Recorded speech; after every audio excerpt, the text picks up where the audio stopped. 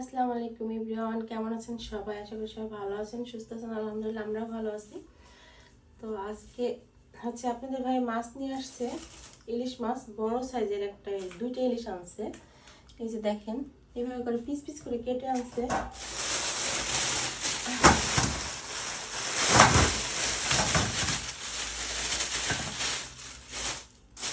আর দুইটা মাছ গিয়ে 4 কেজি থেকে 100 গ্রাম কম, এটা বলছে আমাকে। দেখেন যে কতগুলো মাছ হয়েছে দুইটা মাছে, অনেক মাছ কিন্তু, দেখছেন যে অনেকগুলা মাছ।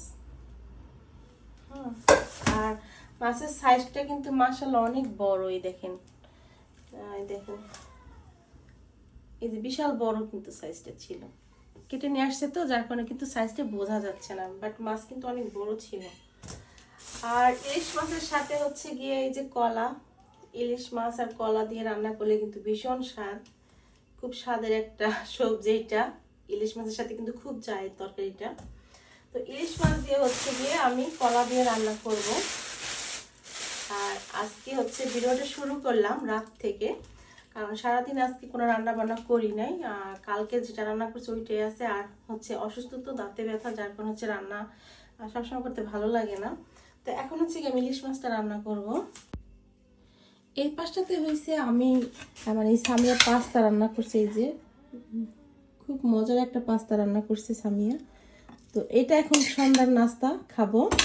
আর এই পাশটাতে গাজর কুচিয়ে রাখা হয়েছে, গাজরের হালুয়া রান্না করব। তো আমি এখন ফার্স্টে দুধটা জাল করে নিব হালুয়ার জন্য। হালুয়া কিংবা এটা গাজরের পায়েসও বলতে পারেন।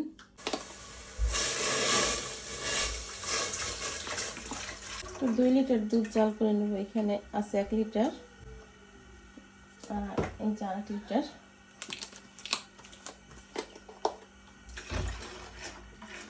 এখানে আমি যতটুকু মাছ রান্না করব সেটা রেখে আর বাদ বাকি সব মাছ ফ্রিজে তুলে রাখবো।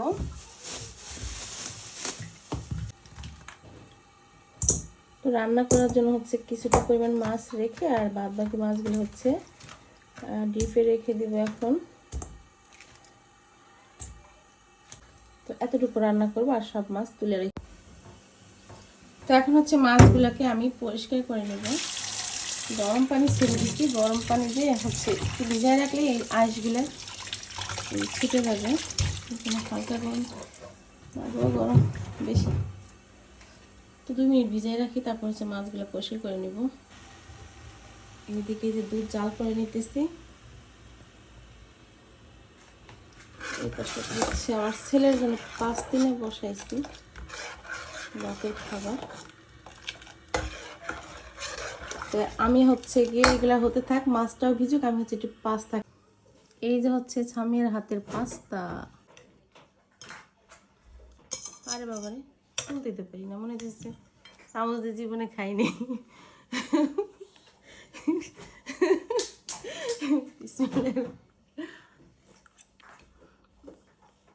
এত খাবো না আমি স্বামীয়া, কমে যাবো। অনেক মজা হয়েছে, ইটস গুড। মজা।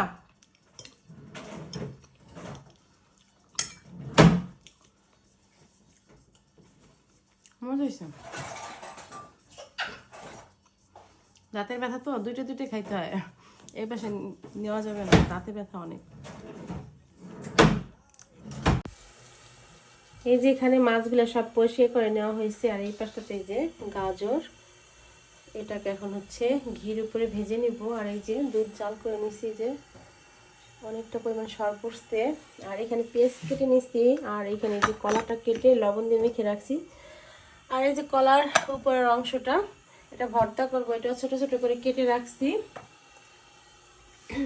কড়াই বসাই দিছি। খাঁটি মিলবেটের ঘি, এটা এখন দিয়ে দেব। বাংলাদেশ থেকে আনা হয়েছিল।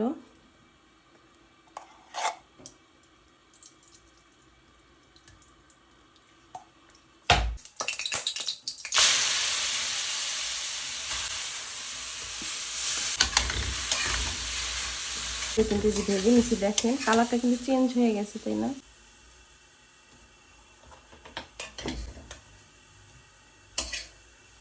দিয়ে দিলাম ভেজে নেওয়া গাজরগুলো।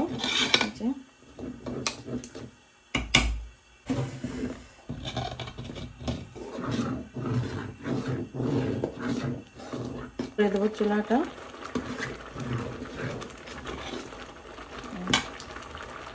চুলাটা অফ করে দিলাম।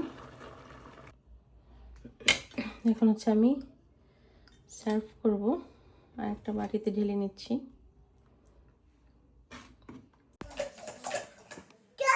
তো এই যে হচ্ছে হালুয়াটা ফাইনাল লুক। তো দেখতেই তো পারলেন কিভাবে রান্না করছি। যদি ভিডিওটি ভালো লাগে অবশ্যই লাইক, কমেন্ট, শেয়ার আর চ্যানেলটিকে সাবস্ক্রাইব করে দিবেন। যারা ফেসবুক থেকে দেখতেছেন তারা অবশ্যই আমার পেজটাকে ফলো করবেন। সবাই ভালো থাকবেন, সুস্থ থাকবেন। দেখা হবে নেক্সট ভিডিওতে। আল্লাহ হাফেজ, আসসালামু আলাইকুম।